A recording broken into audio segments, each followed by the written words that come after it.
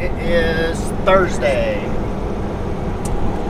We are coming back from California, Moreno Valley, on our way back to Nebraska. So the plan was to drop this load in Gretna at our terminal, and somebody else was going to pick it up and deliver it into Lincoln. But all the drivers are stuck at, well, not all the drivers, but a lot of the drivers are stuck out in Wyoming because of the weather. They've been stuck out there for days, I guess, and there's some stuck in Oregon, which I think she said a couple of them actually got moving finally today. The long story short, whoever was going to pick up our load in Gretna and deliver it in Lincoln can no longer do that because they are sitting in Wyoming with no idea when they're going to be able to start moving again. So we're going to deliver this in Lincoln. But the other downside, it doesn't deliver till 4 o'clock tomorrow night. Yeah, which is 6 hours from home. Yeah. And we're going to be there at like, well, we're killing time coming along. Like the pilot you just saw where we went and got fuel. We sat there for an hour and ate dinner, and we're just kind of wasting time going back because we're going to have like an extra 13 hours once we get there before it delivers.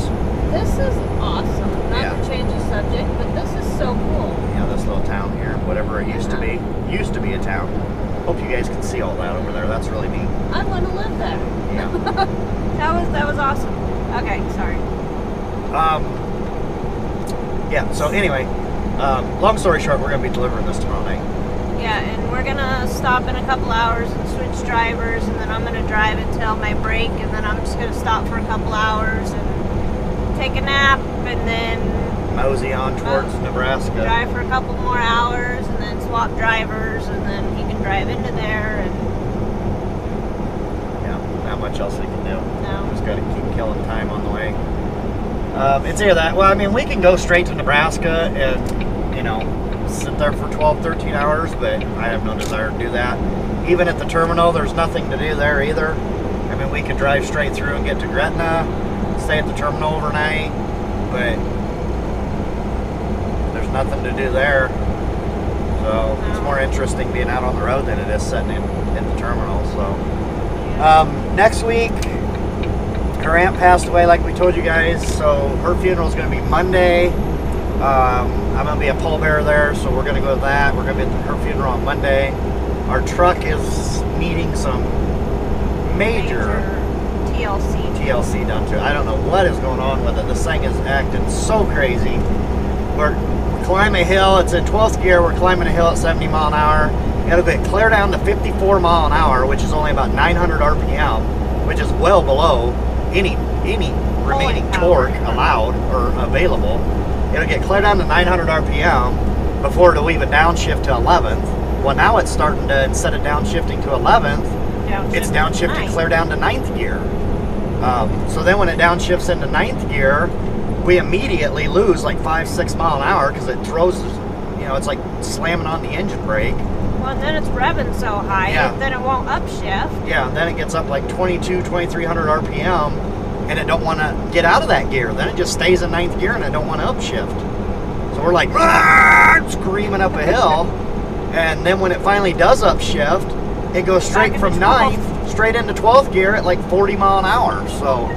So then you're just dogging again. Oh my God, it's just very irritating. It's totally exhausted us. I mean, it's been doing these kinds of things off and on. But not the shifting pattern. No, just the overall just god awful dogginess it's been doing since a few months after we started here. But this shifting thing is a whole nother beast. That's I can't keep dealing with it. I told her, I said, we got to do something with it. I can't keep dealing with it. It's driving me absolutely nuts. And then going down the hills last night, what was we, 17,000 pounds? It was like 17,000 pounds. It was going down like a 4 or 5% grade. I had the engine brake, or the cruise set at 70, the auto engine brake was set at 71 mile an hour, and I looked down, we're doing 76 mile an hour. The truck can't even hold itself back with 17,000 pounds. It refuses to downshift going down a hill. Yeah.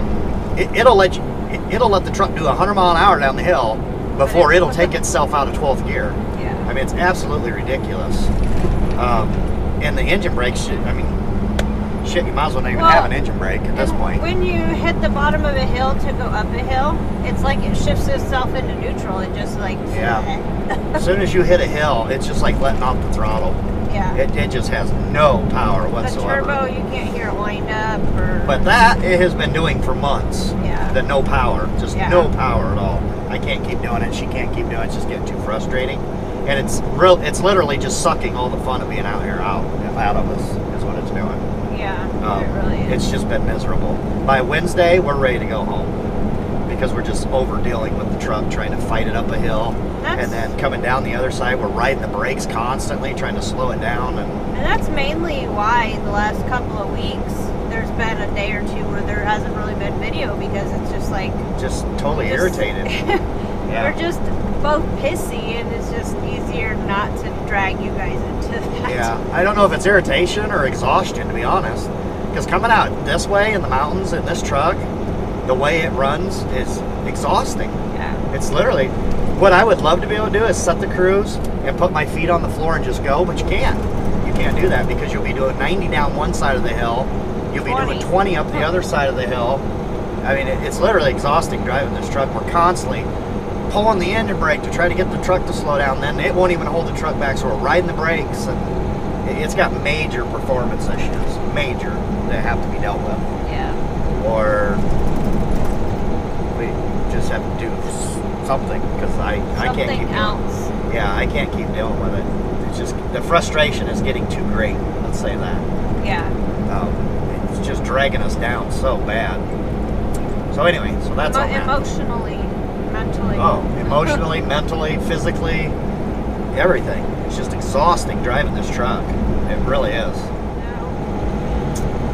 Other than that, we're in, where are we? Newkirk, New Mexico. Almost to Tucumcari. Yeah, we're about 30 miles from 54. We take 40 across and we jump on 54. We'll shoot up 54 to 35, or no. Yeah, if you guys are ever out traveling west and you have a chance to take 54, they have this little ghost town there called Nebraska. I would love to live in that town. Honestly, I really would. It's a cute little town. It just reminds you of a ghost town. Anyway, hopefully they'll get this fixed. So anyway, all right, so it's getting kind of dark. You guys probably can't even see this as it is anyway, so we'll get out of here and I guess we'll pick up tomorrow. By the way, we're in New Mexico and it's freaking beautiful here right now. The temperature, it's like mid-60s. And then we got to go back to Iowa or Nebraska.